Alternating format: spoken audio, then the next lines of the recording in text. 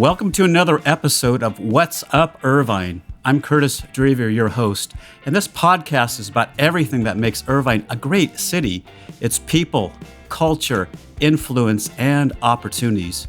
My hope is that by following us, you will learn something new and exciting about our city and feel more connected to our community. So today I have a special guest in our studio, Mr. Anthony Kuo. Welcome, Anthony. Hey, thanks, Curtis. I'm so glad to be here. We're going to have fun today. This is just, I enjoy doing this. It's so great meeting people. And you're like a perfect guest where you know so much about this city.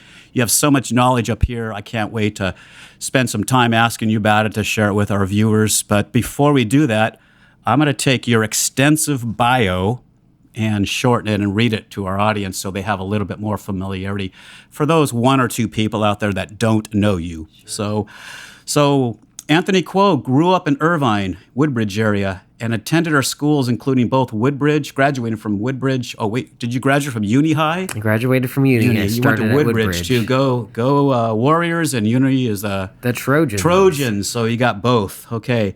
His family built and ran Chinatown Restaurant for over 20 years near UCI. Anthony has many years in public service, 8 years as commissioner, first elected to the city council in 2018, where he also served as vice mayor. He represented the city on many board of directors, including Orange County Fire Authority, Irvine Community Land Trust, Orange County Sanitation District, Orange County's Emergency Medical Services Committee. Anthony has served on many other councils and committees in our city. I had to summarize them because they're so extensive. So outside of City Hall, Anthony volunteers on more boards. He gives more of his time out in the community, like Irvine Children's Fund, Irvine Junior Games, Crime Survivors, Inc., and BYU Management Society, and Ray's Foundation. He was voted one of the top influencers in local government and received the 2021 Hero Award from Procure America for efficiency and cost management on behalf of taxpayers. Whew. Okay. I'm just tired hearing about it. I know. I need to take a break, but needless to say, Anthony is a public servant. So thank you again for being our guest on What's Up Irvine. So I'm going to jump right into some of the, I call them heart questions, not hard, but heart. So public service has been a big part of your life. What has public service taught you about life? You know, my family, as you mentioned, ran restaurants for many years, and I think public service is not that different from hospitality. In a restaurant, your job is to make sure people are taken care of and keep them happy. And in public service, it's really similar. It's managing the resources for the public to kind of address the challenges that are going on in our community and our neighborhood. It's called public service because you know, you don't do it to, I actually used to say, you don't join public service, you don't participate in public service to get rich or be famous, because you don't get rich, and sometimes it's the wrong kind of famous. Yes. So it's really just giving back and trying to make your community and your neighborhood and the greater society just a little bit better. Okay, that's a great attitude. I don't know if all public servants do that, but it's great hearing that come from you. Back to, I guess, growing up in Irvine, what is the best lesson that either your mom or dad taught you?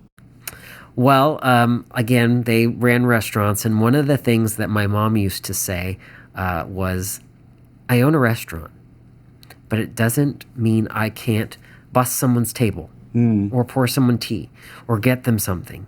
And so I think we always have to remember, and you can apply this in government, corporate America, or anywhere, that it doesn't matter who you are.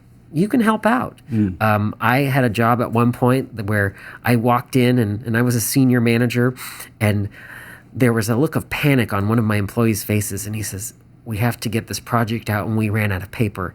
And I said, I'll be right back. And I went down the street to, I was either Office Depot or Staples, and brought back a case of paper. Now, I didn't have to do that. I could have sent an intern out to do that, but it means doing what needs to be done no matter who you are.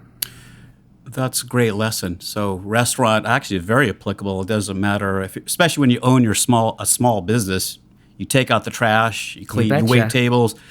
You do everything basically. So, yeah, I noticed that I'll bounce in and out of public service comments, and one reason I was excited to have you on the show is you you exemplified that while you were serving the public. You just did things and just did them. You didn't worry about like, is this below me to go do?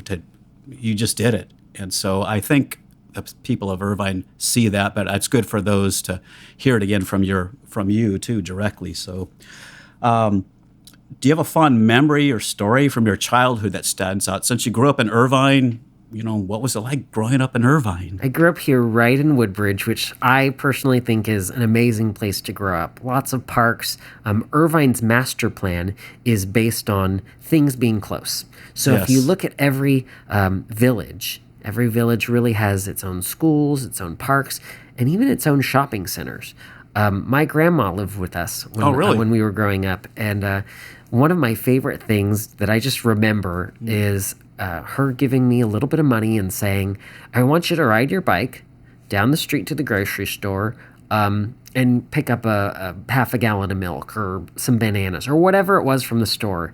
And being the kind of person she was, she would always say, "And here's a couple extra dollars. Bring us back a large order of French fries from McDonald's." Oh, nice. And for me, that was a real treat because, one, I got to ride my bike and be outside. And what I think that also speaks to is the foresight of many civic leaders, even before me, that put an emphasis on an extensive trail system, public safety in our community, where someone could send a child to the grocery store to buy something and come on back. Yes. But that happened probably every week, and so that was a really good memory for me. That's great. So, and I tell you, French fries will do it, right? Yeah, or ice cream or something like that. Whatever the treat is. I'm big on treats. Treat. I'll do this, Aaron, if you get a treat out of it. Yeah. So, what is like a tipping point in your life that really changed the direction? Do you have a tipping point? Something pivotal? I wouldn't say that it was one moment, but I would say throughout my life, particularly as a young adult and as an adult, I've had a lot of mentors. And I jokingly have said to some people, I was on the right coattails at the right time. But looking back, I had people who were in my life, professionally and personally, who really took an interest in developing my professional skills, my skills and network. And so I really, as I've gotten into this stage of my career, I try to mentor others and give them guidance, introduce them to people, and help them network. So I don't know that it was necessarily one point, but it was just that I had so many, hidden and sometimes visible angels watching out for me, helping me, and pushing me along, and I'm really grateful for that. So it was pivotal that you had those mentors there, like you said. You're looking back now, you're saying, wow, that was a real blessing to have people in my life at those times and points, and you're continuing that. So that's really cool. So I'm sure that helped get you to where you are today about connecting with people and community. And I mean, I think prior to all of that mentorship, I probably had a little bit more of the mindset of, oh, well, I could never do that. That's reserved for somebody else. I'm just going to be here and do my little part. But when you have mentors and others who believe in you, who have made it, you can say, who tell you, you can do this. Why don't you take this leap? One example, actually, was a gentleman named Bill Vardolis. And Bill was the mayor of Irvine in a portion of the 70s and 80s. Okay. And I remember one time when I was a commissioner, he said, you should run for city council. And I really wasn't interested. And so I kind of told him, no, that's for somebody else. Yeah. And he said, well, if you're concerned because of your age, you're how old I was when I first ran for city council. And I said, well, Bill, it has nothing to do with my age, but thank you for pointing that out. That is interesting. So sometimes you do need an external force or an external voice from outside giving you that extra nudge. That was more of an impact than you realized, Yeah. right? Yeah. Okay, I think that's really cool to show. Thank you. So you've done a lot of public service, and being on city council what was that like? Or, yeah, I guess, what was it like being on city council? I think that everybody should work in customer service at least once in their life because they can start to see what customers are like and how some of them behave. And I think it's similar in public service. Okay. You know, as a council member and as a commissioner, there are so many people in our community grateful for what you're doing or coming to you with an earnest request, can you help? And then there are a handful who either are complaining, and sometimes their complaints are legitimate. And I'll give you an example. Okay. I'm on this site that some of your viewers probably are on. It's called Nextdoor. And I'm familiar with it. For many years, I've hesitated to comment because, you know, I don't want to get into the weeds. But I saw one the other day, and I've seen this comment before, and it's usually complaining about people's driving styles in shopping centers. Okay. And when I read that, I thought, this is not a city government issue. If you don't like the way people are driving in the shopping centers, these are your neighbors.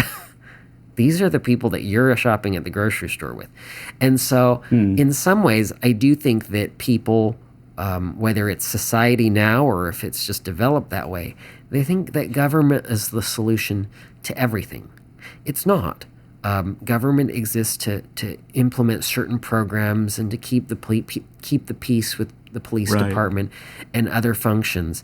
But it's about using those resources and those tools to make the community a little bit better. And I think that's where some of the frustration society has found today is because there are people who want government to do a lot more, and there are people who think that, you know, government doesn't do enough.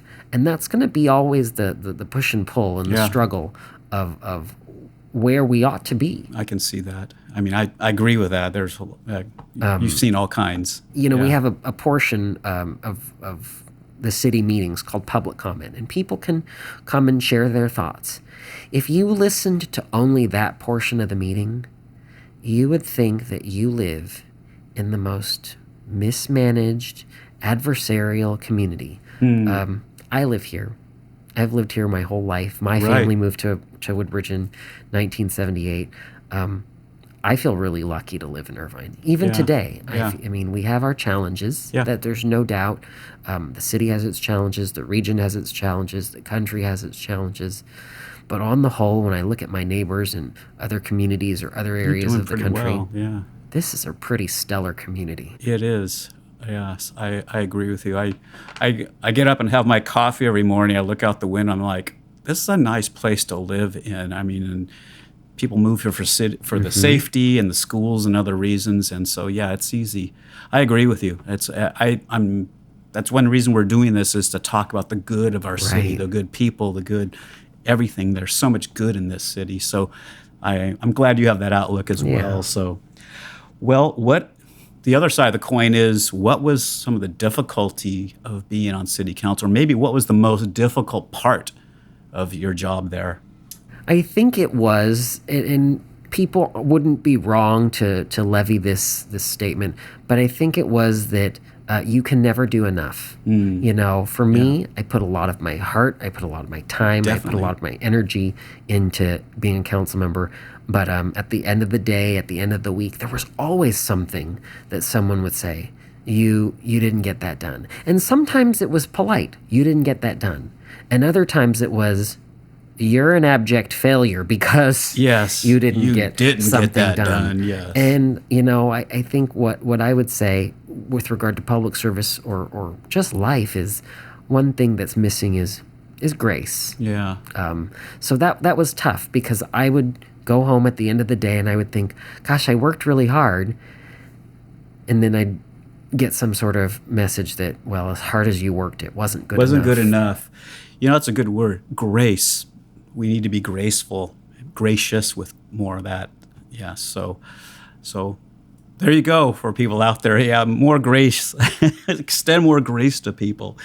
So if you could change, I know we just talked about how great the city is, but if there's something you could change, what would it be? of the city? It's actually, for me, that's a pretty easy answer. Okay. Is we have a really incredible community. People are out there accomplishing wonderful things. We have some of the best researchers in town, whether it's information technology or biomedical technology. But I think if you went to different neighborhoods in the city and said, "Do you know your neighbors?" Right. I don't think a lot of them do. I live in Woodbridge, and I know my neighbors, at least 4 or 5 houses around me, but I don't know that they know the 4 or 5 houses around them. Gotcha. Or maybe you do know the 4 or 5 houses around you, and maybe you should get to know the 8 or 10 houses. And maybe this is, a throwback to I should have been born in the 1950s, but I would love for somebody to come and knock on my door and say, "Can I borrow a cup of sugar? Okay. Can I have a couple eggs?" I don't know about eggs because they're so expensive these days, but I would love for a neighbor to come by and do that. And, it actually did happen the other day. You have lots of ice cream at your house, I don't do you? have lots of ice cream. Try them for ice cream. Come on by. But I had left one of my neighbors a little bottle of wine for Christmas, and I left it on their porch. And a couple weeks later, I was doing something in my garage, and my neighbor came over. He goes, "My wife just made cinnamon rolls, and she wanted me to bring you 2 of them." That's what I think is missing in Irvine. Not enough, too much just waving from your driveway. Not enough getting to know these people. Yeah, I agree. I like that too. That's an art of neighboring. There is an art. It takes work. Relationships are two-way. It takes work. You work at it. Not everyone works as hard as you, but that is interesting you said that. So, well, we can be change agents in our city, You betcha. right? Just getting to know our neighbors, at least, that's a start. So here's a few fun questions. I follow you, and I know a while ago you started something, Where Am I Wednesday? So how did that come about? And 2 things. How did that come about? And then what did you learn about our city? Is there some cool things you can share by doing that? Sure. So it came about by 3 reasons. The first was the very first Where Am I Wednesday I did was at El And by the Pollo. way, that's on Instagram, right? It's on Instagram Yeah. and Facebook. But okay. it was the El Pollo Loco in Oak Creek. And as you're coming out of the drive-through, most drive-throughs will have a sign that says, "Do not enter," because it's the exit. Okay. El Pollo Locos says, "Wrong way. You're doing it wrong." And I just thought that was so funny. I thought that's probably my favorite sign in town. So I stood next to it and I made my friend take a picture of me with it. And then at the time, our local Chamber of Commerce was doing something similar. They would have this gal Wendy and say, "Where am I?" And she would post herself and you'd have to guess. And the third was when I first took office, I was doing a project that I called the Irvine 100. I was visiting a new business or a charity or a park or something cool in Irvine every day. Now, I have to admit, every day for 100 days. It was, Yes. That's why I changed it to once a week on Wednesdays. So there's necessity in change. 100 there, right? days in a row was tough. We made it through, but it was tough. And so what I wanted to do was take really unique places in town and highlight them. Okay. And for a lot of my followers, sometimes those locations were brand new to them. I've never been there. It looks really great. I'd like to stop by and visit. Right. And for the others, it was, "Oh, I know where you are, and I love going there," or "I love where you are. I haven't been there in such a long time." And it was a good reminder. Some of them were food places that were Right. restaurants. Some of them were nonprofits that are based here in Irvine. And some of them are parks or trails that just have really interesting amenities. Right. Okay. Very diverse in terms of where you went. Yes. Well, Irvine, that highlights a lot of what Irvine has to offer. So I thought that was neat. I think it resonated with a lot of people because we get caught up in working and everything, and you realize there's all this in our city still. It could be, like you said, food places or parks or, businesses and things like that. So a couple of things, I know you have lots of favorites. I know a couple of them, but I'm going to ask you to share with our audience. So favorite food or Yeah, food or dish, I guess. Is there Well, one, or maybe narrow it down to top three? Well, you touched on it a little earlier. Okay. I love ice cream. Okay, And that's I considered a will. food group. It is a food It group. is a food And group. I will have one admission. Yes. So my favorite ice cream parlor, I guess, in town is Handel's Ice Cream. Okay. And Handel's is at the marketplace. Now, they just opened within the last year or so. So my admission is that prior to them opening, I would go to the Lake Forest Handel's. Oh, okay. And it's admission because I You were have forced to been do it. the person who's said, you got to eat in Irvine, you got to shop in Irvine. But their ice cream was so good that Okay. I did travel It was worth it. a little bit out of the border. But when they opened in Irvine, I actually told the franchisee, I said, I'm so glad that you've opened in Irvine because now I don't have to go buy bootleg ice cream. It's right. You had to put a disguise on and Right. go, wait, what's he doing here? Right. So Handel's ice cream. Okay, well, that's a good plug. I've tried it once too. It is pretty incredible. Well, when you have spare time, I guess, a favorite hobby or activity? I've picked up a few. Okay. Some were COVID hobbies. One of the COVID hobbies I picked up was I bought a rowing machine, and I have found that that's aside from walking and running our trails throughout Irvine. If I want to be inside, rowing is really enjoyable to me. It's a great workout. I'm a big believer in. Not just health and wellness, but taking care of yourself. Right. Parking a little bit further from the grocery store Get those to get those steps extra in. steps Yes. in, and being healthy and drinking water, and so I've picked that up. But on the flip side, I've also picked up some, other habits. Irvine is a special place, and I got from a random lady a sourdough starter recently. And so I have been baking sourdough. Nice. Now, I'll tell you, I've probably made about 30 loaves of sourdough since I've gotten the starter, and maybe 17 of them are edible. So I'm still a work in progress. You're learning. Yes, I'm still learning. Well, at least you can admit that. So you're going to perfect The first few that. were like you can open bowling up balls. a bakery? I don't know. I mean, it's a process that unless you have the right equipment, I think you can probably only make one or two at a time. Okay. But Quality control. But I enjoy making them. I enjoy dropping them off to people. Yeah. And when they're edible. sure. No, yeah. Unless I drop them off and say, here is your new bowling ball. Oh, there you go. Okay. Well, so you have ice cream and you have a rowing machine. That's a good balance right there. And then sourdough. Okay, great. And do you have a favorite? I know you've mentioned so many things about Irvine. Maybe you don't want to share this one. Like, do you have a favorite place to go? Maybe needs to be kept a secret. I don't know. There's a few. I mean, I don't really believe in secrets, but I love our Jeffrey Open Space Trail. Okay, the first leg of it begins at Jeffrey and the 5 freeway, and it's about 3 miles all the way up to Portola Parkway. Right. And that trail that's parallel to Jeffrey Road, you never have to cross the street. There's a number of bridges. There's a number really of nice. underpasses. Yes. And then the city just secured some state funding to build a bridge over the 5 freeway to connect to sort of that area by Manicero Farms. Oh, and right, we'll all right. connect all the way.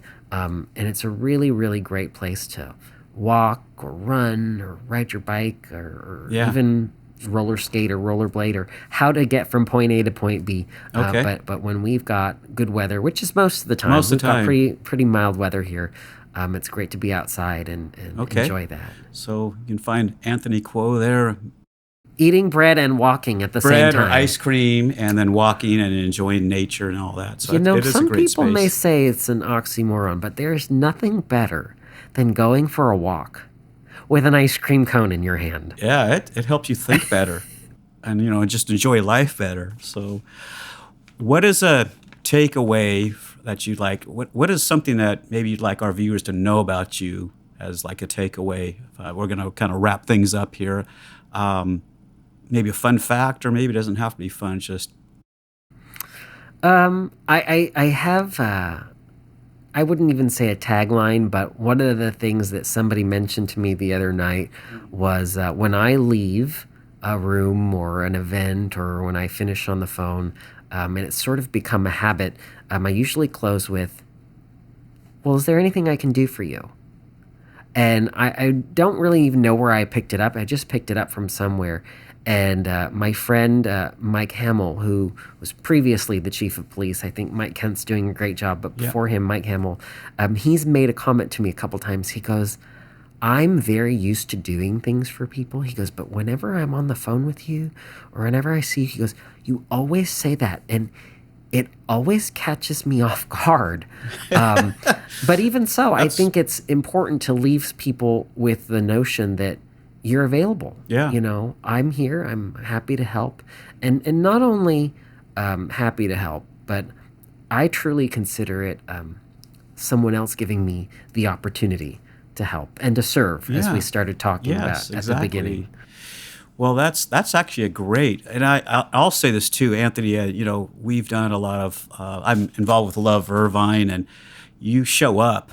You show up everywhere. You're like, where's Anthony? Is like Anthony is everywhere. You show up to everything. You're so supportive of. If you've got anything going on in the city, you show up, and you show up.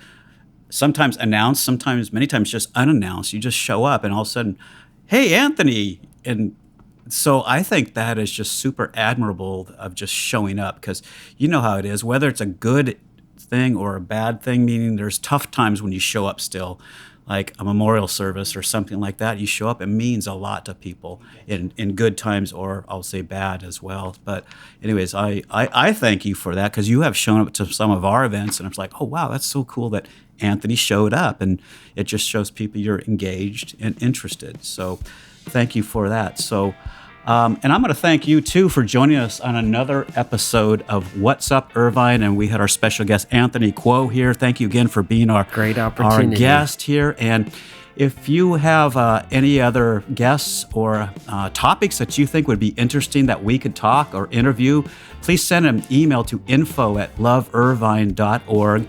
We'll be happy to check it out. And also, if you could do us a favor, if you like this show, follow us on social media, both Instagram, we're going to be on YouTube, and other of the social media accounts. So again, I'm Curtis Drever, your host, and thank you much for joining our show.